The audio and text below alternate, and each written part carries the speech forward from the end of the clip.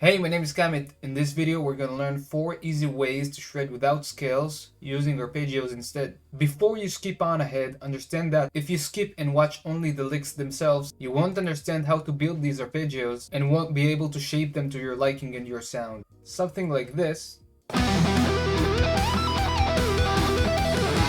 which is the 4th variation, and we'll get to it, looks flashy, but the theory behind it is very simple. And if you'll understand these breakdowns, you'll easily be able to create interesting arpeggios as well. And just for clarification, I never thought of theory when writing these licks. I just play what sounds right. But once you know the simple theory behind these, you can truly take your playing to the next level. That being said, I know your time is valuable, so we'll do a small and short introduction to simple arpeggios.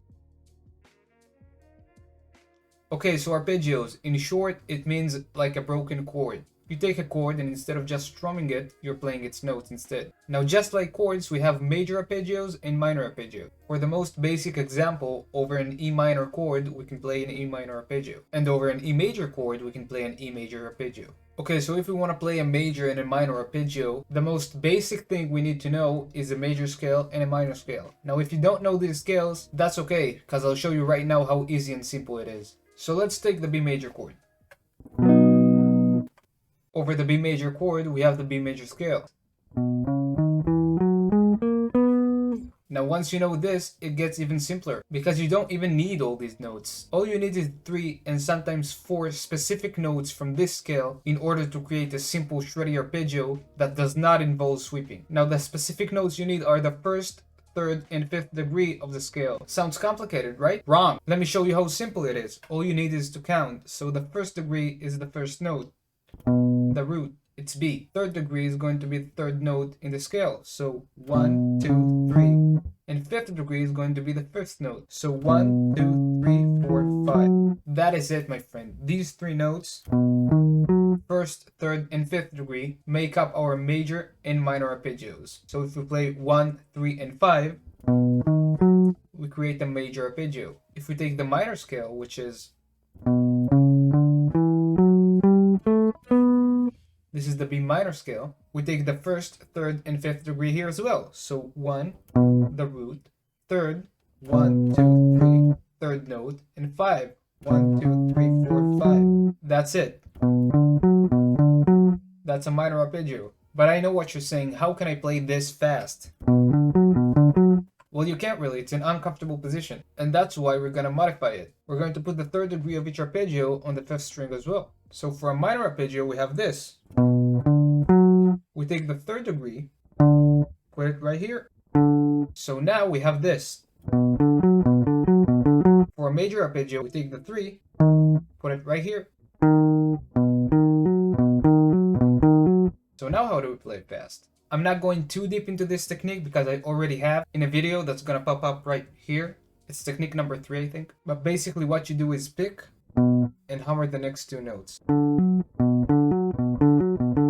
And that's it from here until the end of this video, with the exception of the second variation that you're gonna hear. All we play is 1, 3, and 5. We might play them in different order, but those are the only notes we play. They might be here, or here, or here, or anywhere throughout the neck. And just like we have a chord progression in a song where we move between chords, that's exactly what we're gonna do with arpeggios. So for example, you might play an E major arpeggio into a B minor arpeggio on the same bar. Now, if you did not understand something, stop the video and leave a comment right now asking your question. I will try to answer all of them, and maybe someone else in our community will help you as well. Now let's get to it.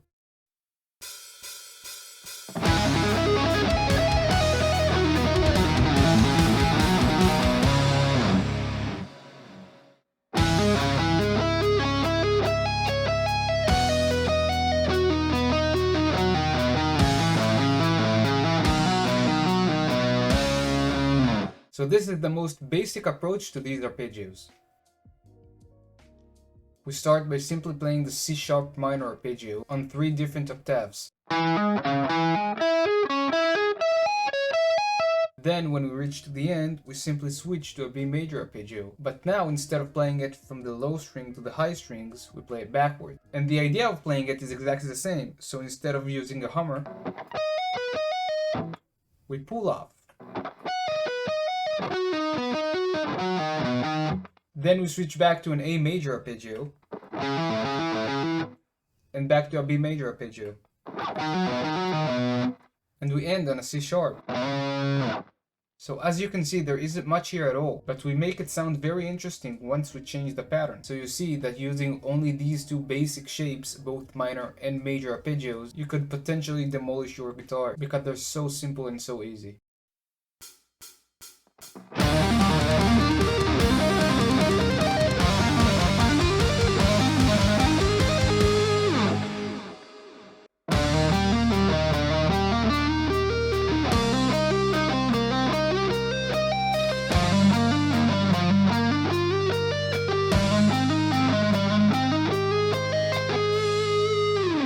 So as I said, this variation is a bit different, but why?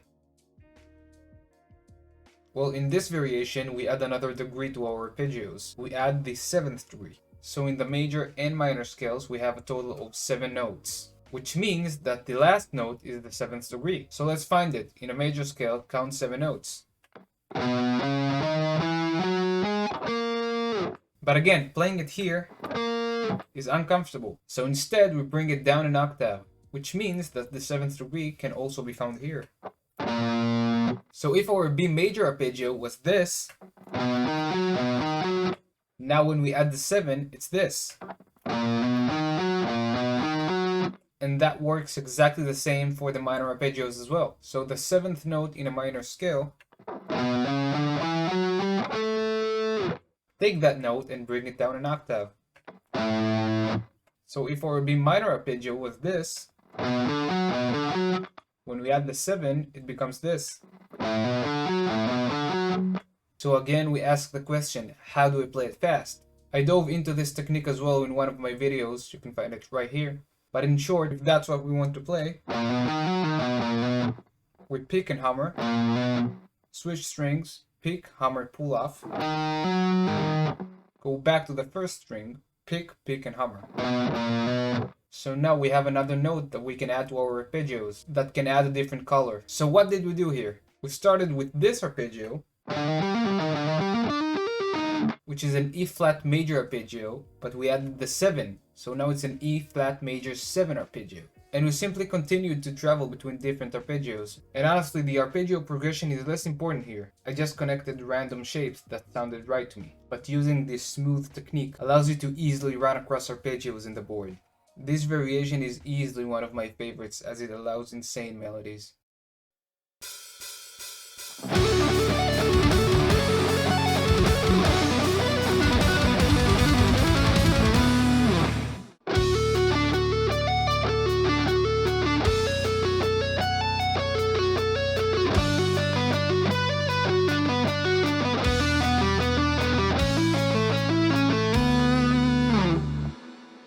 Now it gets interesting. So in this variation again, we're only playing the 1st, 3rd, and 5th degrees. But we do have something unique here. We have a string skip. So we're skipping between the 3rd and the 1st string. So first of all, the simple theory behind it. If we have a D major arpeggio, like in this lick, these notes that we string skip to are just the 1st and the 3rd degrees again. So we have D right here into G flat, and then we play exactly the same on the 1st string. So we play D and G flat. And this string skip is actually so easy once you get the hang of it. So this is the way I play this. I start with a down pick into a hammer and a pull off, and then an up pick. Then another down pick into a hammer, and then a string skip. I then down pick again, hammer and pull off, and then down pick again, pull off, and then up pick. So this is how I play it slowly.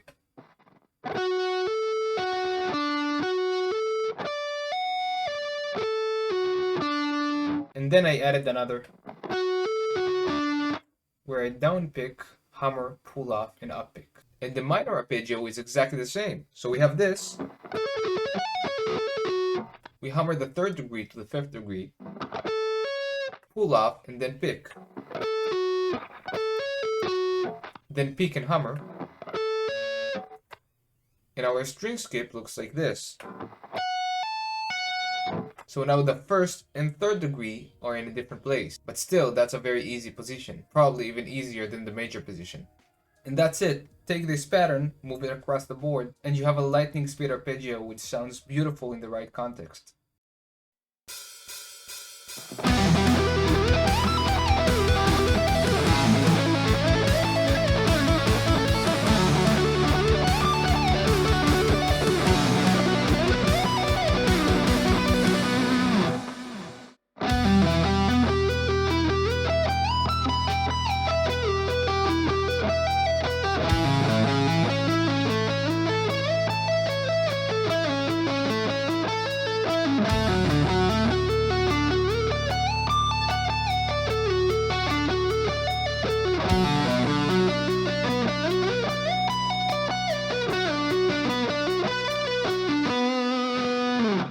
So this is where we take everything we learn and combine it together. So once we know more than one variation or shape, we can combine them to create insane stuff. So if we take our first variation, combine this with the third variation, we get some like this. And this is the whole point. There's no need to be stuck on one shape. This is where you come in and shape the arpeggios to your style. This whole lick had a total of 4 arpeggios. The first one being E minor, then A major, then D major into B minor. And every arpeggio consisted of the first, third, and fifth degrees of said chord. Let's break down this first E minor arpeggio into shape. So we start off like this, which is kind of an alteration of the first variation we had. Then we have this.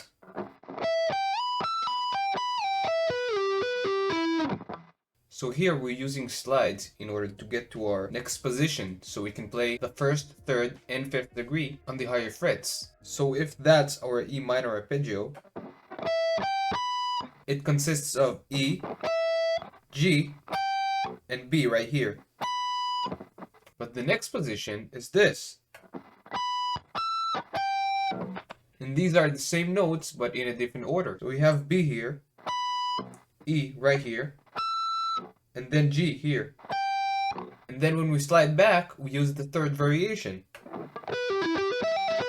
And that's it. All we're doing is using first, third, and fifth degrees all over the fretboard. And exactly the same for the major arpeggios. And while this theory might seem difficult, it's actually not. This requires a bit of practice, and once you get the hang of it, you'll see that you're flying across the board. The amount of combinations, different shapes, and different patterns you can create is endless. So once you know more than one shape or more than one pattern, you combine them and create a new one, or even more. If you have any question, leave a comment, I'll try to answer it. And as always, in-depth tab, explanation videos, and exercises can be found in my Patreon down below. I'm Kamit, thanks for watching.